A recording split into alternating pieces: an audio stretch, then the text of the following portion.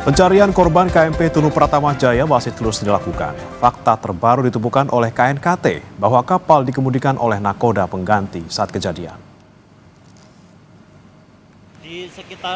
Fakta baru terungkap dari tragedi tenggelamnya KMP Tunu Pratama Jaya di Selat Bali.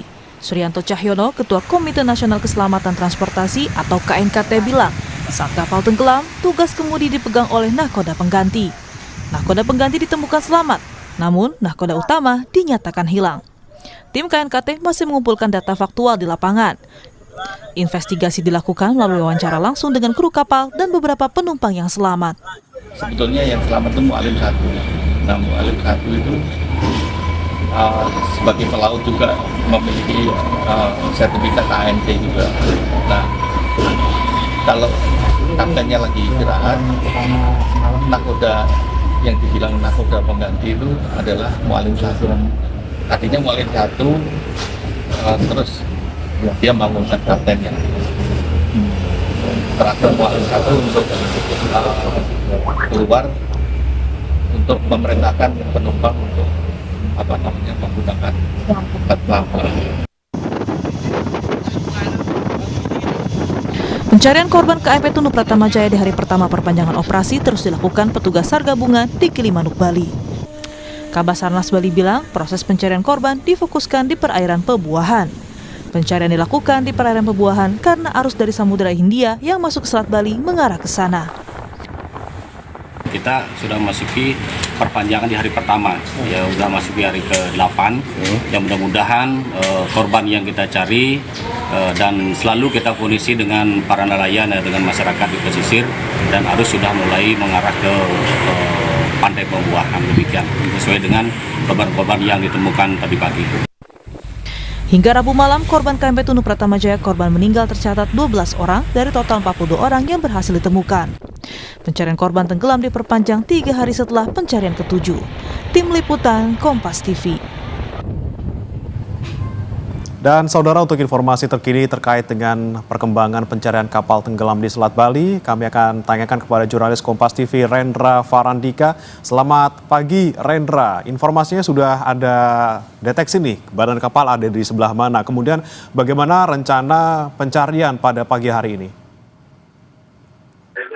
Ya baik, kamera bawah laut milik Koarmada 2 TNI AL telah mendeteksi dugaan adanya bangkai kapal yang berada di Selat Bali dengan kedalaman sekitar kurang lebih 49 meter.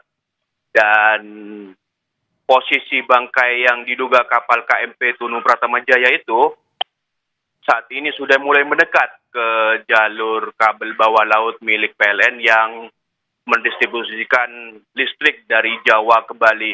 Dan jaraknya sangat dekat, bersekitar antara 30 meter. Itu terjadi karena bangkai kapal KMP Pratama Jaya itu terbawa arus. Gitu. Oke, kemudian terkait dengan kedalamannya, apakah sudah diketahui dari kedalaman berapa, kemudian nanti upayanya apakah langsung misalnya ada upaya untuk mengangkat ataupun mengevakuasi korban yang ada di sana? Ya, saat ini bangkai yang diduga KMP Tunu Pratama Jaya masih akan terus dilakukan. Dan sebelumnya KRI Pulau Vanildo yang melakukan pengecekan, dan hari ini KRI Spika milik TNI AL juga dikerahkan untuk memastikan lebih detail objek yang berada di kedalaman 49 meter yang berada di Selat Bali tersebut. Dan untuk saat ini di hari ke-9, jika cuaca memungkinkan, ada sekitar 34 penyelam yang telah disiapkan untuk menyusuri dasar laut. Meski begitu, tantangannya saat ini masih berada di kondisi cuaca yang sangat deras, terutama arus laut. Gitu. Baik, Rendra, terkait dengan korban, sementara ini jumlah yang sudah teridentifikasi meninggal dunia ada berapa? Kemudian pencarian hari ini fokus untuk mencari berapa korban lagi? Baik, untuk total data terakhir yang dirilis oleh Posko di Pelabuhan Kapang, total ada 12 korban yang meninggal dunia. dan korban ke-11 berhasil diidentifikasi oleh tim DVI yang berada di RSUD Blambangan Banyuwangi. Dan sedangkan ada 23 yang masih belum ditemukan dan sebelumnya ada 30 orang yang selamat. Dan perlu diketahui tim DVI bersiaga di RSUD Blambangan sebanyak 31 ahli forensik dari DVI Polda Jatim. Baik, ada 23 orang yang masih dicari untuk hari ini. Terima kasih Rendra melaporkan langsung dari Banyuwangi, Jawa Timur. Selamat bertugas kembali.